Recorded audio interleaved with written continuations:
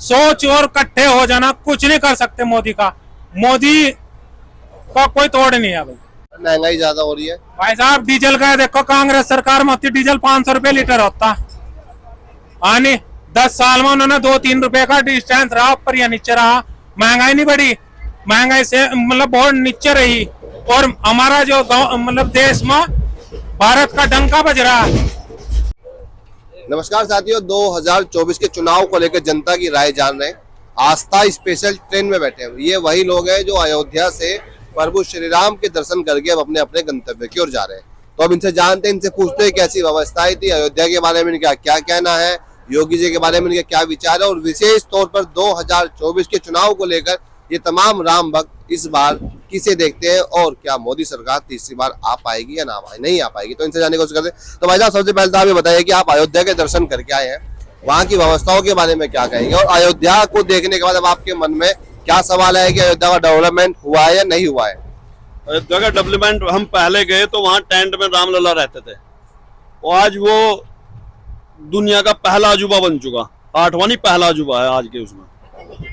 और वहाँ का मतलब हम हरिद्वार से इस ट्रेन में बैठे आस्था में, वहां से लेकर अयोध्या तक हम वापसी में, इतनी अच्छी व्यवस्था, इतना अच्छा मतलब आप सोच नहीं सकते, इतना पूरा इंतजाम हुआ था सबका। एक पर बंदे को एक बिस्तरा और 4 मिली हुई थी वहां पर सिविल में, और खाना वही बिल्कुल टेंशन भी नहीं रहे वहां पर। तो अयोध्या की व्यवस्थाएं देख के और अयोध्या की साफ सफाई और चाक चौबंद देख के उस बारे में क्या कहेंगे आप। अगर मोदी और योगी जी फिर दोबारा आए तो काशी भी ऐसा ही मिलेगा आपको। काशी भी ऐसे मिलेगा जी, जैसे अयोध्या हुआ ना ऐसा ही काशी होगा, ऐसे काशी भी होगा जी। मोदी जी के बारे में क्या कहेंगे, अगर मोदी जी ना होते प्रधानमंत्री देश के, तो क्या लगता है राम मंदिर बन पाता है नहीं बन पाता। अब 500 साल से नहीं बना था, ये तो अभी 10 साल का नतीजा है जो बन गया, 500 साल से नहीं बना था अभी तक। तो 2024 में क्या लग रहा है, चुनावों में मोदी सरकार तीसरी बार आ पाएगी नहीं आ पाएगी। 400 पार, अब की बार 400, अब की बार 400 पार। मोदी जी के कोई 3 काम जो आपको लगता है कि जिसकी वजह से जनता खुश है। एक तो जो फ्री कोड राशन चल रहा है जो गरीब आदमियों को मिल रहा है, और एक जो 5 लाख तक का उससे इलाज है वो, और वृद्धा पेंशन, सबसे जरूरी है वृद्धा पेंशन। बहुत अच्छा काम किया मोदी जी ने, बढ़िया काम मानते हैं, बहुत बढ़िया काम। अच्छा प्रधान जी, आप जानना चाहेंगे, विपक्ष का कहना है कि महंगाई चरम सीमा पे है, इस बारे में क्या कहेंगे आप। भाई देखो, विपक्ष का जो काम है वो बोलना होता है, करने में बहुत अंतर होता है। जब से बीजेपी सरकार आई है हमने देखा है फ्री बिजली connection, free cylinder, free ration, और मकान, शौचालय, कितने चीज गिनवाओ। आज विदेशों में जो डंका बज रहा हमारे देश का, वो मोदी जी, योगी जी, हमारी बीजेपी सरकार की वजह से बज रहा। ऐसी सरकार ना आई ना कभी आने की। और आप जानना चाहेंगे, अयोध्या में श्री राम के दर्शन करके आए, वहाँ की व्यवस्थाएं कैसे लगी आपको। बहुत ही सुंदर, बहुत ही भव्य है।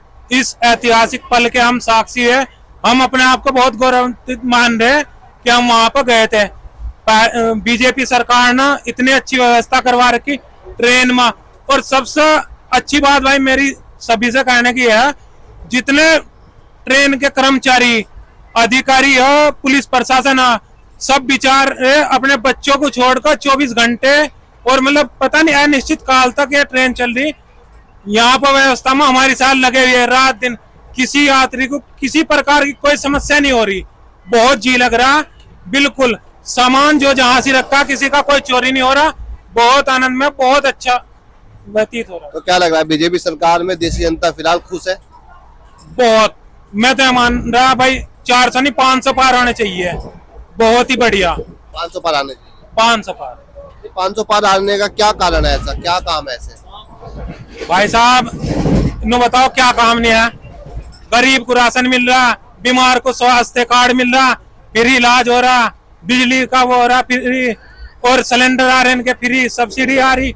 क्या चाह रहा डीजल। अच्छा एक बात और सुनो, महंगाई ज्यादा हो रही है भाई साहब। डीजल का देखो, कांग्रेस सरकार में होती डीजल 500 रुपए लीटर होता, आने 10 साल में उन्होंने 2-3 रुपए का डिस्टेंस रहा, ऊपर या नीचे रहा, महंगाई नहीं बढ़ी, महंगाई से मतलब बहुत नीचे रही, और हमारा जो गाँव मतलब देश में भारत का डंका बज रहा है, तो मोदी है तो मुमकिन है भाई, मोदी तो मुमकिन है। मुमकिन है। और जो विपक्ष का एक गठबंधन बना है, इंडी गठबंधन बना है, और उसमें दावा किया जा रहा है कि इस बार सरकार बनाएगा वो गठबंधन। कुछ नहीं होता, सोच और इकट्ठे हो जाना, कुछ नहीं कर सकते मोदी का। मोदी का कोई तोड़ नहीं है भाई। जो श्रद्धालु राम मंदिर के दर्शन करने के लिए जा रहे हैं, तो क्या ऐसा मान लें कि वो सब सभी मोदी सरकार को वोट देंगे? जी देखिए, वैसे तो वहाँ की जो व्यवस्था है उसे देखकर तो मुझे लग रहा है कि सब मोदी और योगी जी के ही फैन हो गए, पूरी भाजपा के फैन हो गए हैं।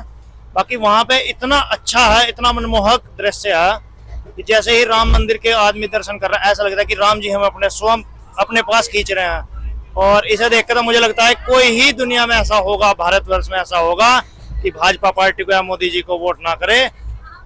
इस बार मोदी जी की ही जय होगी, और तीसरी टर्म में मोदी जी और भी कड़े फैसले लेंगे। इस बार मथुरा भी हमारा होगा और काशी भी हमारी होगी। तो जो नारा दिया जा रहा है कि कहा जा रहा है कि अयोध्या तो एक झांकी है, मथुरा काशी अभी बाकी है।